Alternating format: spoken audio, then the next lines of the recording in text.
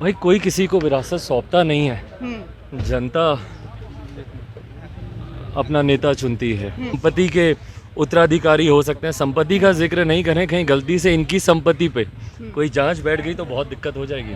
भाई हाजीपुर को मेरे पिता ने अपनी माँ का दर्जा दिया था, तो एक पुत्र होने के नाते हाजीपुर की जनता के प्रति मेरा उत्तरदायित्व यकीनन बनता है।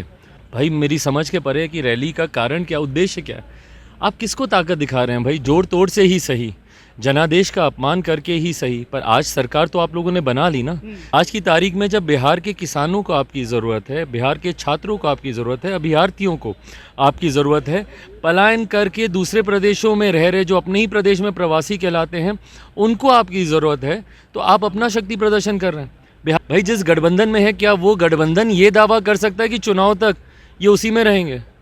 क्या कोई गठबंधन ये दावा कर सकता है, मुख्यमंत्री जिस भी गठबंधन में रहे?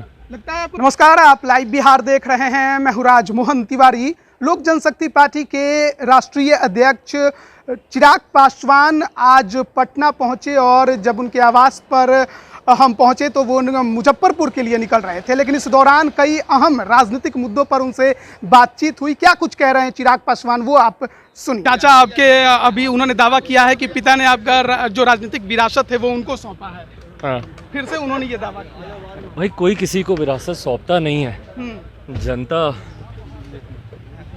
अपना नेता चुनती है, तो ये जनता को डिसाइड करना है। कोई बात नहीं, अगर उन्हें लगता है तो मुझे इस बात की कोई दिक्कत नहीं है। बस दिक्कत मुझे इस बात की होती है कि जब वो मेरी संपत्ति की कि वो उनकी संपत्ति के उत्तराधिकारी हो सकते हैं, संपत्ति का जिक्र नहीं करें, कहीं गलती से इनकी संपत्ति पे कोई जांच बैठ गई तो बहुत दिक्कत हो जाएगी। इसके हाजीपुर की जनता चाहती है कि चिराग पासवान अब वहां से चुनाव लोकसभा का लड़े, क्या कोई ऐसा सोच? भाई हाजीपुर को मेरे पिता ने अपनी माँ का दर्जा दिया था। भाई खून तो हूँ ना मैं अपने पिता का, उसको तो कोई नहीं झुठला सकता। तो एक पुत्र होने के नाते हाजीपुर की जनता के प्रति मेरा उत्तरदायित्व यकीनन बनता है, और मैं किसी भी परिस्थिति में, भाई आज की भी तारीख में मेरे पिता के जाने के बाद मैंने कभी भी हाजीपुर को छोड़ा नहीं है और ना मैं छोड़ सकता हूं। मेरे पिता के अधूरे कार्यों को पूरा करना मेरी तमाम जिम्मेदारियों में से एक प्रमुख जिम्मेदारी ये भी है। तो क्या 24 के बारे में माना जाए कि चिराग पासवान जमुई से हाजीपुर आ सकते हैं? भाई ये अभी फैसला अभी बाद समय लेगा। महागठबंधन की एकजुटता रैली को कैसे देखते हैं? भाई मेरी समझ के परे कि रैली का कारण क्या, उद्देश्य क्या है, आप किसको ताकत दिखा रहे हैं। भाई जोड़ तोड़ से ही सही, जनादेश का अपमान करके ही सही, पर आज सरकार तो आप लोगों ने बना ली ना। सरकार का काम अपना शक्ति प्रदर्शन दिखाना नहीं होता, लोगों के बीच रहकर उनका काम करना होता है। आज की तारीख में जब बिहार के किसानों को आपकी ज़रूरत है, बिहार के छात्रों को आपकी ज़रूरत है, अभ्यर्थियों को आपकी ज़रूरत है, पलायन करके दूसरे प्रदेशों में रह रहे जो अपने ही प्रदेश में प्रवासी कहलाते हैं उनको आपकी ज़रूरत है, तो आप अपना शक्ति प्रदर्शन कर रहे हैं। बिहार के ज्वलंत विषयों को छोड़कर रोज़ हत्याएं हो रही हैं। भाई जब तक हम लोग सुबह सोकर नहीं उठते कितने जिलों में हत्याएं हो गई होती हैं। अपराध को रोकना आपका काम है, तो ये सरकार उलझी हुई अपनी शक्ति प्रदर्शन को लेकर। यादव ने दावा किया है कि 37 सीटों पर महागठबंधन क्लीन स्वीप करने जा रहा है। भाई ये समय बताएगा। आज की तारीख में मुख्यमंत्री भाई जिस गठबंधन में है, क्या वो गठबंधन ये दावा कर सकता है कि चुनाव तक ये उसी में रहेंगे? क्या कोई गठबंधन ये दावा कर सकता है, मुख्यमंत्री जिस भी गठबंधन में रहे? लगता है आपको कि टूट होगा महागठबंधन में?